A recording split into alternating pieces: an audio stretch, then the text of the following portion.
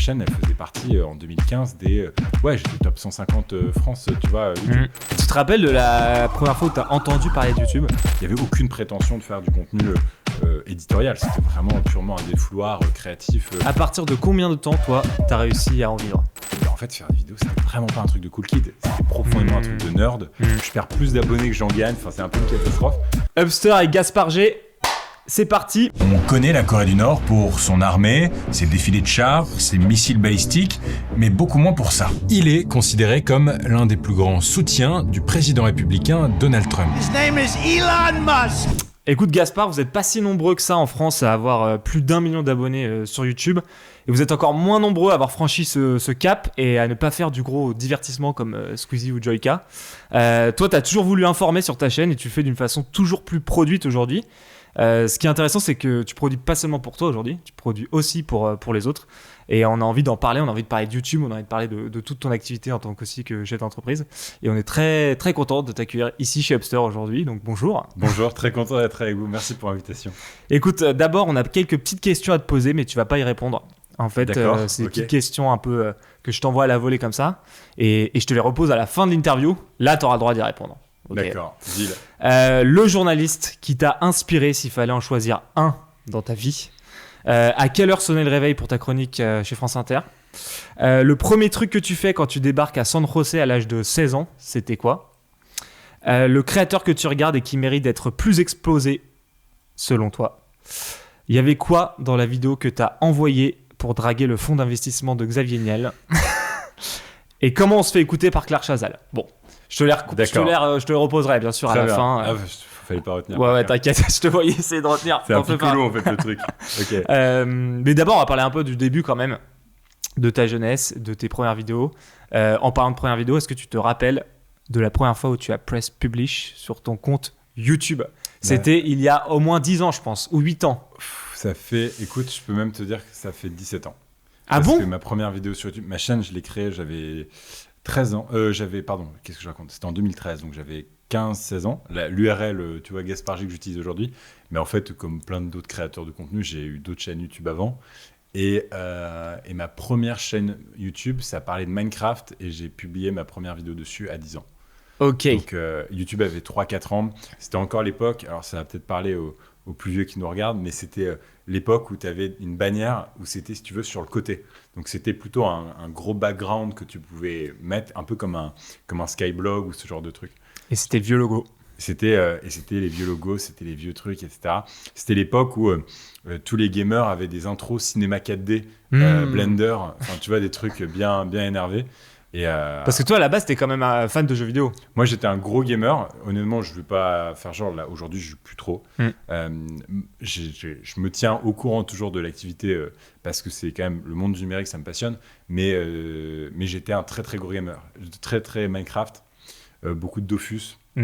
Beaucoup de MMORPG. Enfin, c'était vraiment ma cam, quoi. Ton univers. Voilà, c'était mon... Et tu te rappelles de la première fois où tu as entendu parler de YouTube ? Est-ce que ça... c'est une bonne question. Bah, parce qu'en fait, je ne me suis pas reposé la question, honnêtement. Parce qu'en fait, toi, t'as passé, on en parlera, mais tu as passé un an aux États-Unis. Ouais. Avant d'aller faire des études aussi à Montréal derrière, etc.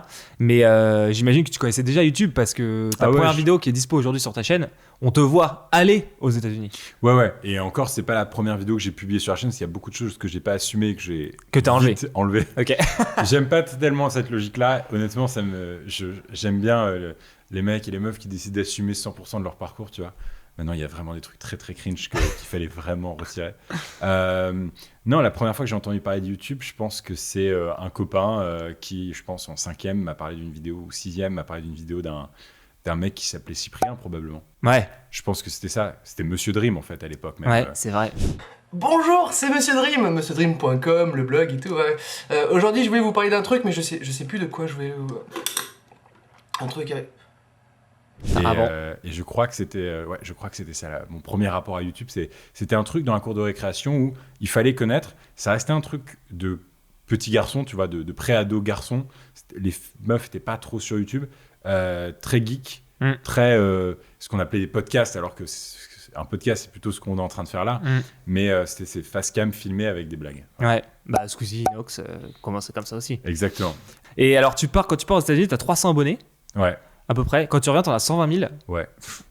Ouais, c'est ça. C'est quand même. Est-ce que tu te rends compte un peu de ce qui se passe au fil des mois? T'as pas fait énormément de vidéos quand même sur place. En fait, j'en ai fait, honnêtement, j'en ai fait 25 quand même, 30, je pense. Ouais.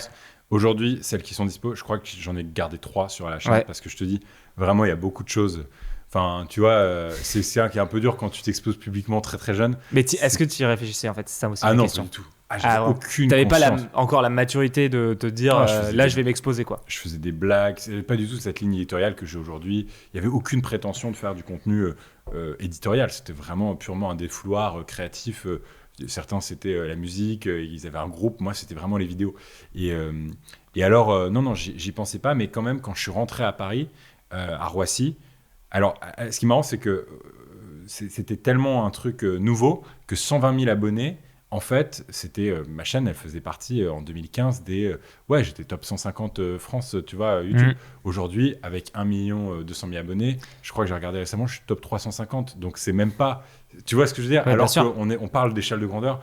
Ouais. Est-ce que tout a pris une telle proportion? Bien sûr. Ouais.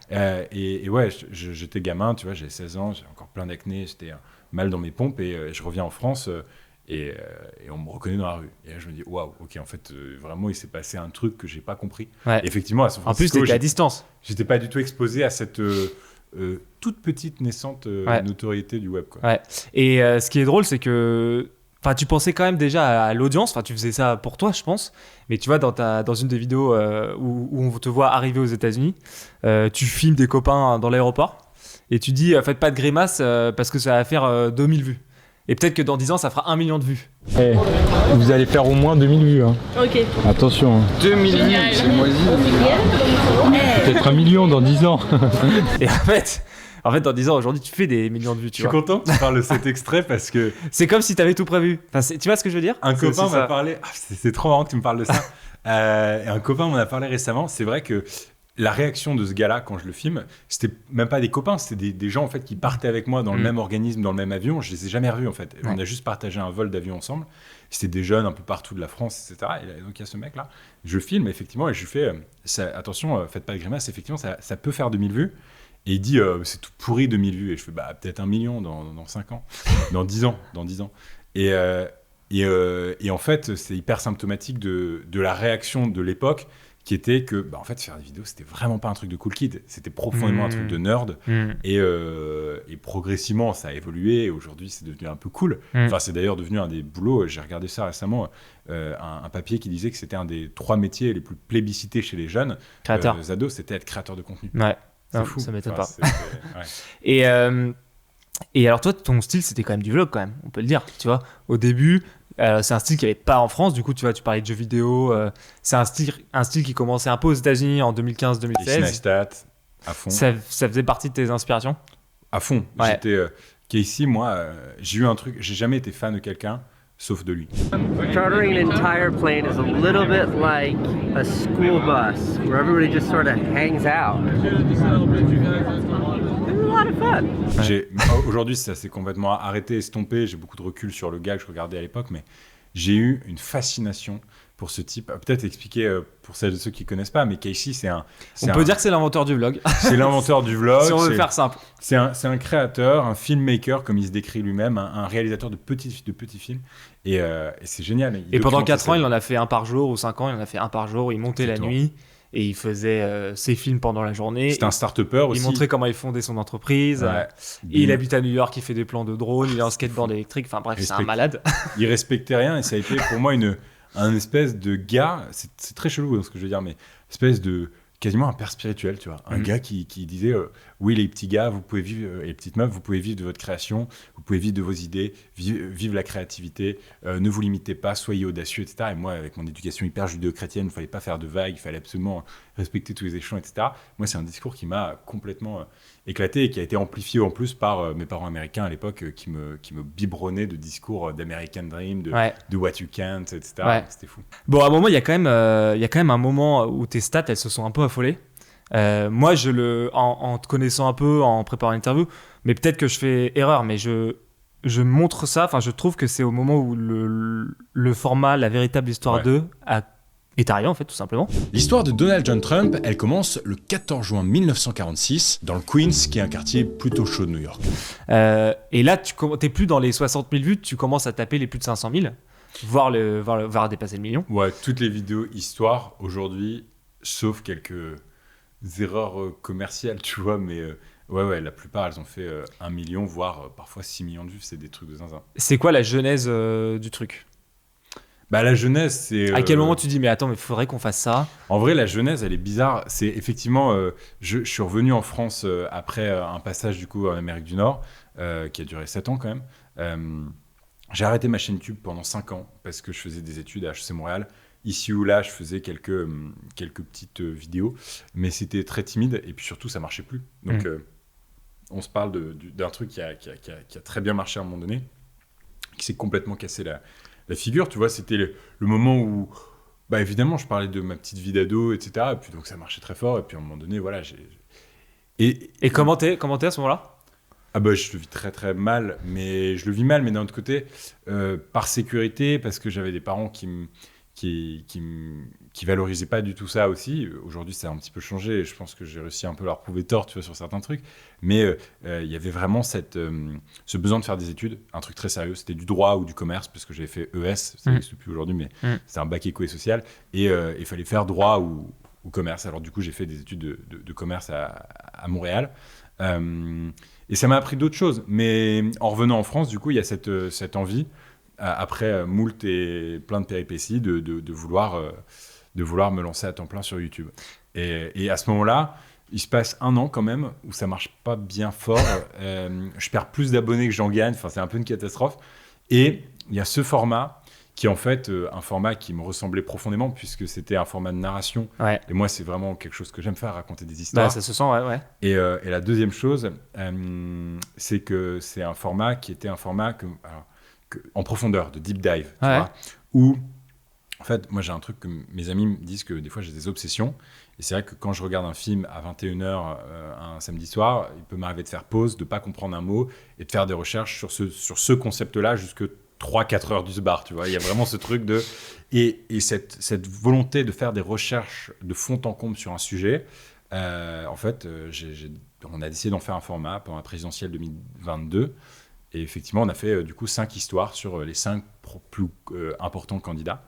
Et on a exporté le truc sur plein d'autres trucs. Mais voilà, aujourd'hui, le but, c'est d'essayer de faire des portraits, des concepts sur de 30-45 minutes sur des mots-clés comme ça et de donner des grandes clés de lecture sur l'actualité. En prod, ça représente quoi ? T'as un auteur avec toi ? Ouais, c'est T'écris aussi, j'imagine, le truc. Quand t'as le temps, tu vois, comment pour se rendre compte un peu de la machine qui est un peu derrière, parce que je pense qu'il y a pas mal de gens qui sont un peu curieux.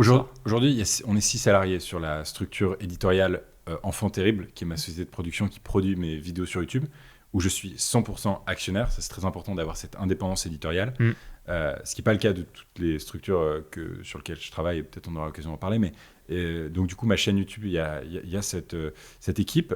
Et puis, au total, on est, je crois, l'année dernière, on a fait 80 contracts, on a eu 80 free qui ont travaillé pour nous. Okay. Que ce soit des pigistes, des techniciens, des monteurs, des motion designers, des animateurs 3D, des étalonneurs, des réalisateurs sonores, et j'en passe. Et donc, sur un Histoire 2, je pense qu'on est, au bas mot, on est 10, il faudrait calculer, mais je crois que c'est ça. Il y a un recherchiste donc, qui va faire les premières recherches, qui va faire les recherches d'images, de vidéos, etc. Et il y a un auteur ou une autrice.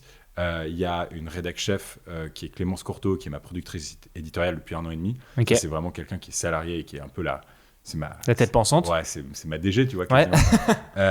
J'ai Simon qui s'occupe de la prod. Ok. Valentin qui l'accompagne. Il y a Garance aussi qui est là, qui nous a rejoint, qui s'occupe de toute la coordination exécutive parce que ça fait un agenda assez chargé, etc. Il y a mon agent qui s'occupe de négocier pour avoir un deal sur la vidéo. Il y a un monteur externe, en général sur les histoires 2, il s'appelle Arthur. Okay. Il faut le saluer parce que c'est important de désinvisibiliser ces jobs. Alors moi, j'ai vraiment une politique de crédit depuis le premier jour où tu vois, je mets vraiment ces trucs-là parce que pour moi, c'est très important. Je sais que Justine t'en parlait dans ce mais on adore, nous, en fait, on podcast. Adore voir. En fait, c'est juste que ça fait partie de mes questions d'après, mais tu vois... Justine Riss, qui est la DG de YouTube en France, elle estime aujourd'hui qu'il y a 21 000 emplois qui dépendent de YouTube en France, tu vois. Et dans les 21 000, c'est pas 21 000 créateurs, évidemment. Non. Et donc, tu vois, c'est hyper important de savoir comment marche la machine derrière, que ce soit en termes de monteur, de media maker, etc.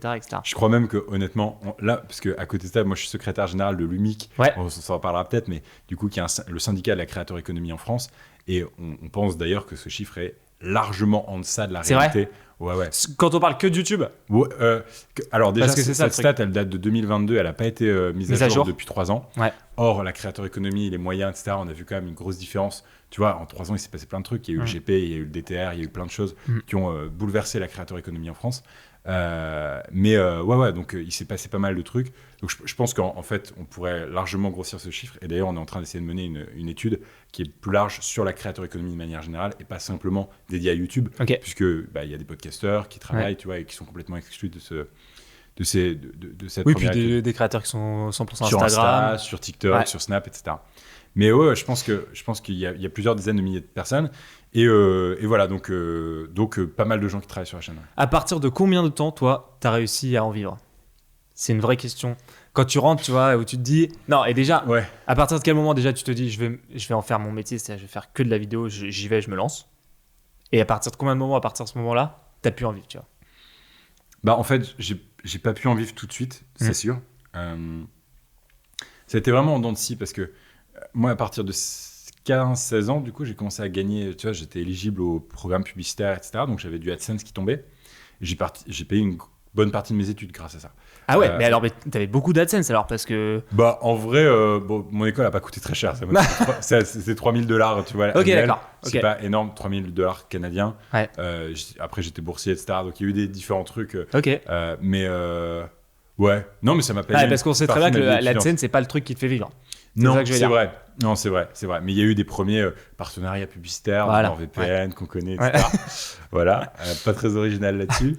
Non, mais au départ, c'était vraiment, surtout sur la reprise, en fait. Ça a été très compliqué. Quand je suis rentré en France, que j'ai décidé de me lancer à fond sur l'actualité, la politique, les vidéos de société, là, ça a été plus compliqué.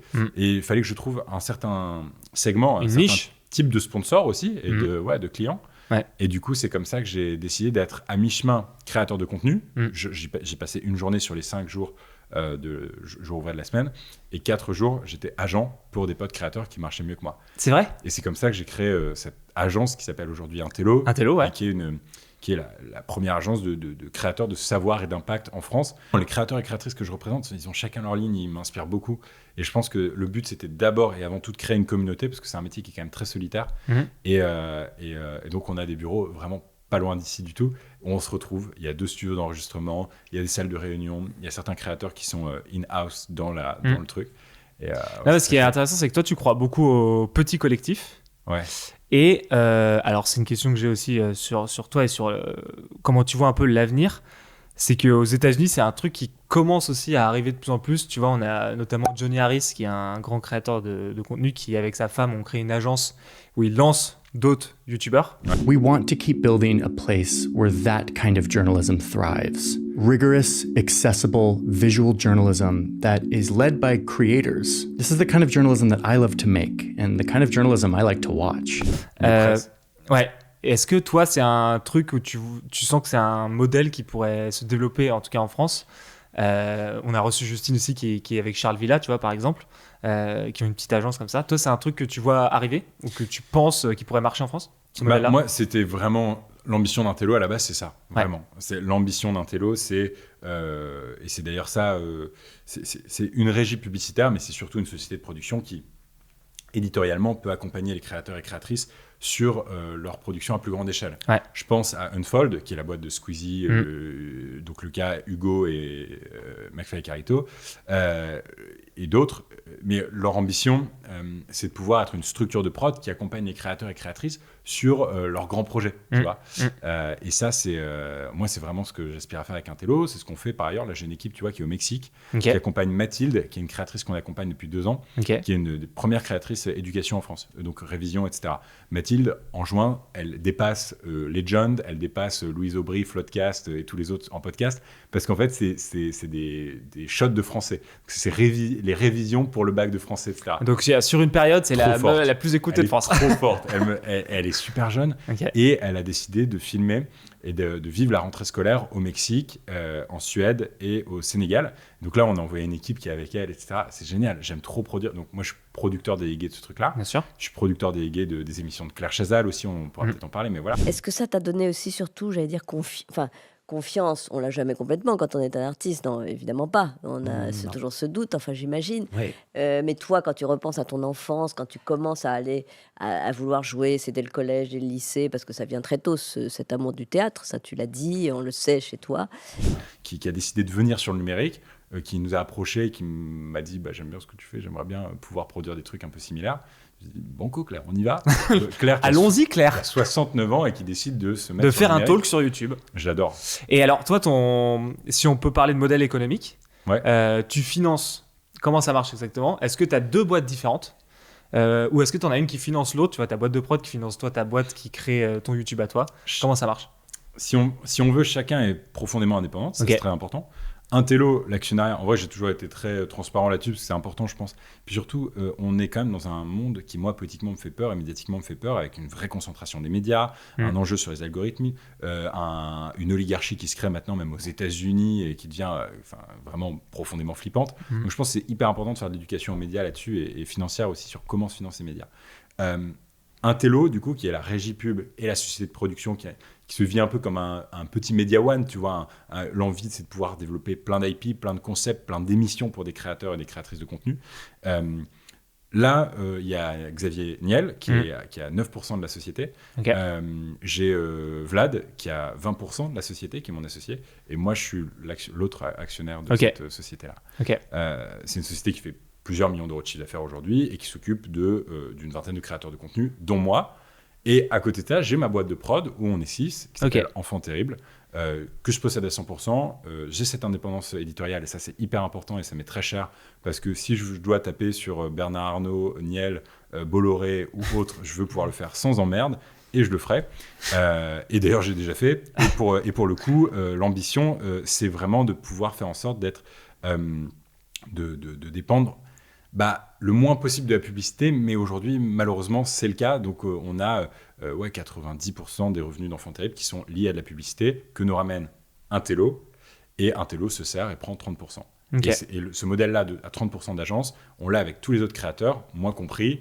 C'est un peu le modèle des agences en général. Hein. Je pense que c'est OK. D'ailleurs, 10%, la série, tu vois, Call My Agent, ça s'appelle 10% parce qu'ils prennent 10% du cachet, mais quand tu prends 10% du cachet de Jean Dujardin qui est à 500 000 ou c'est 1 million d'euros le film, c'est pas les mêmes budgets. Effectivement, alors que nous, tu vois, c'est un placement de produit, le panier moyen, il a 3-4 000 euros, donc effectivement, c'est différent. Un autre sujet, tu as fait une vidéo où tu réponds à tes haters. Ouais. Ça montre un peu la maturité, je trouve, moi, que tu as avec l'image que tu représentes. En fait, tu comprends que tu as une personnalité qui peut être clivante aussi, dans l'espace, en tout cas audiovisuel. Ça s'est un peu passé aussi avec ton arrivée récente chez France Inter, où même en interne, tu étais vu de façon un peu différente, on va dire, pour rester poli. Toi, tu le vis comment, ce truc-là? C'est un truc qui te prend la tête, c'est un truc que tu comprends, c'est un truc... Je le comprends. Ok. Non, je le comprends de fou. L'arrivée sur Inter, ça a été très pesant. C'était la première fois que j'ai reçu autant de haine institutionnalisée.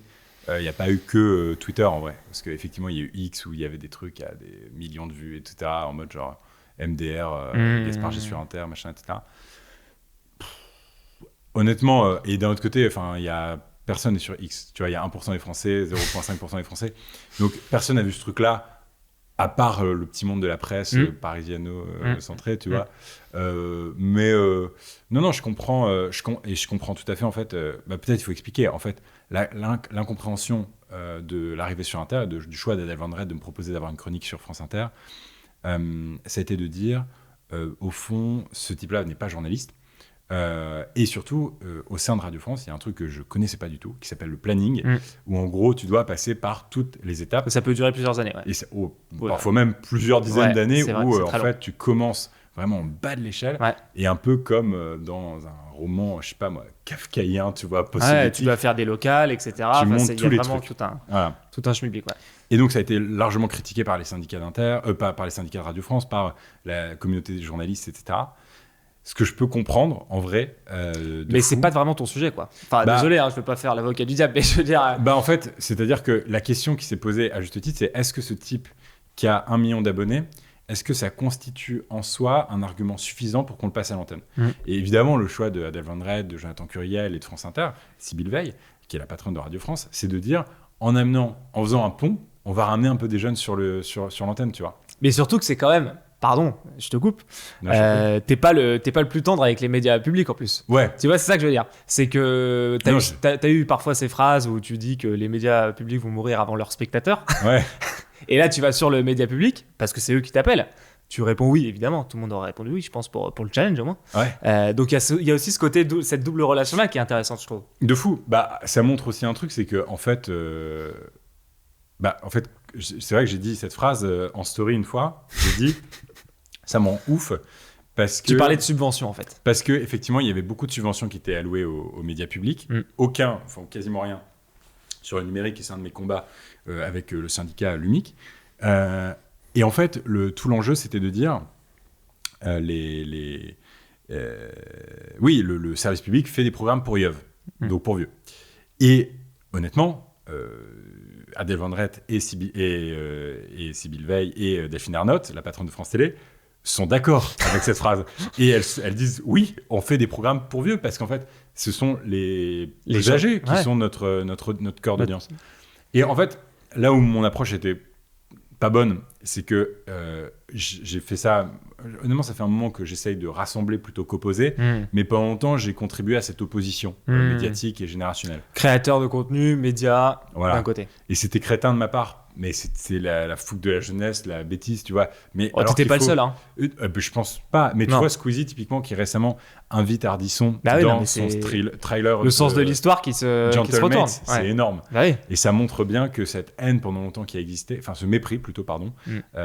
Mais non, mais Inter, pour te répondre, ça a été un peu dur. Parce que j'ai au-delà des simples tweets, il y a eu des articles de presse à l'acide de certains journalistes qui m'ont fait des papiers alors même que j'avais toujours pas commencé sur Inter.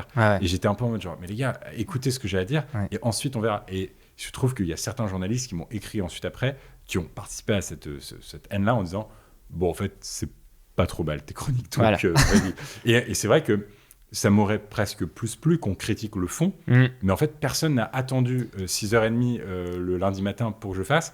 J'ai reçu toute la haine du mercredi précédent qui a eu l'annonce jusqu'au dimanche soir, et ensuite sur la forme, plus rien passé, quoi. Dans 5 ans, où est-ce que tu te vois? Impossible à répondre, évidemment. En vrai, j'aimerais... Non, en termes de structure, je veux dire, tu vois. Est-ce que tu penses que ça va continuer à se développer, toute cette creator economy? Maintenant, il y a même des festivals de la creator economy en France qui s'organisent. On sent que, comme on dit souvent, tu vois, c'est aux États-Unis, ça vient 2-3 ans après en France, etc.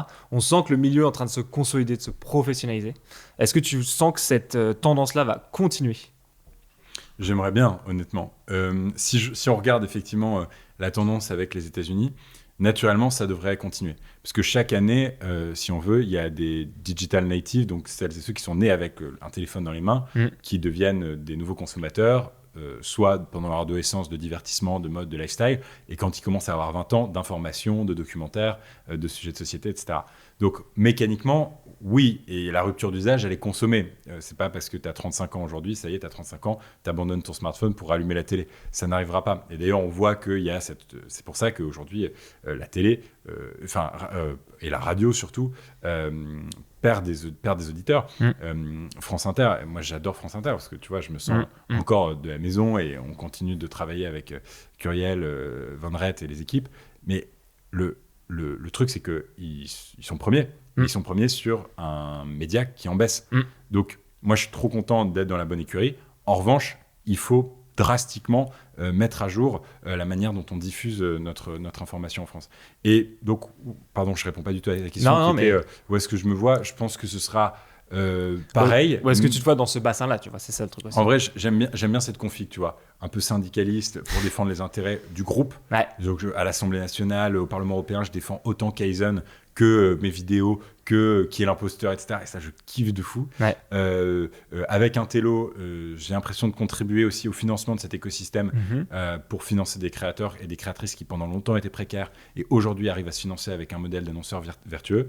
Et à côté, la chaîne YouTube qui continue de fonctionner. Et je crois tout le bois possible pour faire en sorte que ça dure. Mais dans tous les cas, je me sens pas à poil non plus. Et moi, ce qui m'intéresse, c'est profondément la créateur économie, c'est l'amour de l'édito, c'est l'amour de la création. Si je peux continuer de trouver du sens dans 5 ans, ce serait super. Le journaliste qui t'a inspiré, s'il fallait en choisir un, est-ce qu'il y en a un? Que ça soit français, américain, chinois, australien. Évidemment, ce serait dur de ne pas dire Johnny Harris. J'ai la chance là aujourd'hui d'être en contact avec ses équipes régulièrement. On s'est rencontrés plusieurs fois aux États-Unis, etc. Moi, c'est un peu mon GOAT américain, tu vois. Il y a vraiment ce truc. Et je pense que si celles et ceux qui ne connaissent pas, mais qui connaîtraient mes vidéos, mais ne connaîtraient pas encore Johnny Harris, s'ils voient du Johnny Harris, ils se disent OK, il y a un petit peu de Charles Villard, un petit peu de Simon Puech, un petit peu du Godécrypt, un petit peu de Gaspard G dedans. C'est vraiment un composé x10 aussi en termes de graphisme, de prod, de trucs. Tout est plus grand. Moi, j'ai tellement envie de pouvoir aspirer à ce niveau de prod. Donc voilà, il y a évidemment Élise Lucet, tu vois, pour citer aussi une femme et une journaliste qui m'a beaucoup inspiré, moi, dans les médias tradis. À quelle heure sonnait le réveil pour ta chronique à France Inter? On m'a parlé de 4h30, est-ce que c'est vrai? Honnêtement, je peux vérifier, parce que j'ai éteint mon téléphone, je crois même que c'était 4h15. Ok. Ouais. 4h15. 4h15, et du coup, je me couchais à 23h30 normalement, et en vrai, je suis plutôt un couche-tard, donc... Petite nuit. C'était très... Ouais, c'est un gros coup de pompe l'après-midi. Le premier truc que tu fais quand tu débarques à San José, à l'âge de 16 ans, est-ce que tu te rappelles, quand tu sors de l'aéroport, qu'est-ce qui se passe? Je me souviens qu'il y avait la maman d'accueil qui était là, Jackie, et elle avait une pancarte avec mon blaze et des ballons.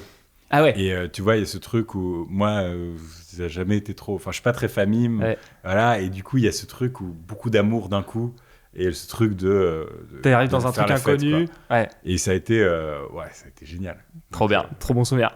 Le créateur que tu regardes et qui mérite d'être plus exposé, selon toi, le petit créateur, français ou étranger? Je vais parler d'un copain avec qui j'ai la chance de travailler et qui est d'ailleurs un intello, c'est Opal, Julien de la chaîne Opal. Allez voir si vous ne connaissez pas.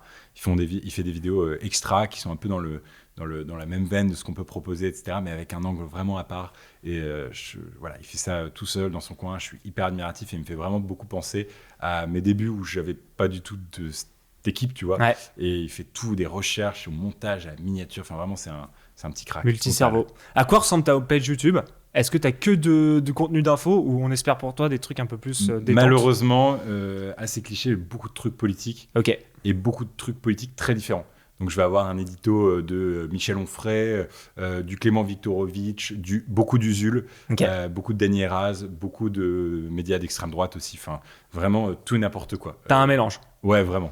Y avait quoi dans la vidéo que t'as envoyée pour draguer le fonds d'investissement de Xavier Niel? Honnêtement...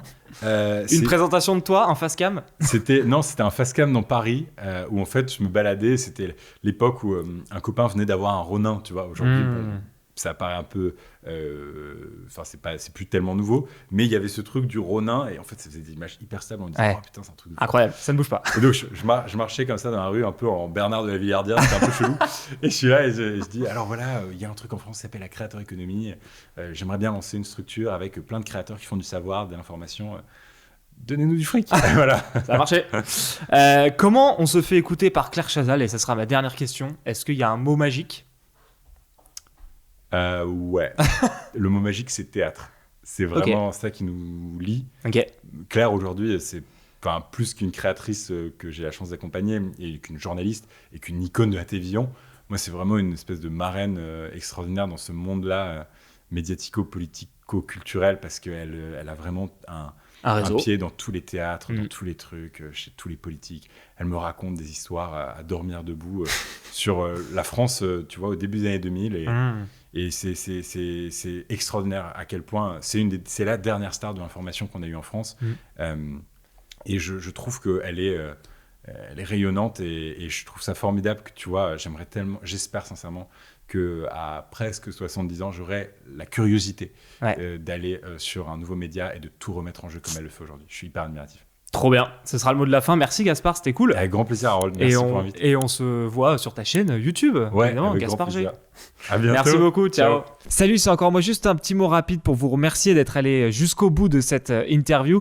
Si vous voulez en voir d'autres qui arrivent très bientôt, n'hésitez surtout pas à vous abonner à la chaîne Dubster et à commenter nos vidéos. C'est uniquement grâce à vous et à votre soutien qu'on peut continuer tout ce boulot.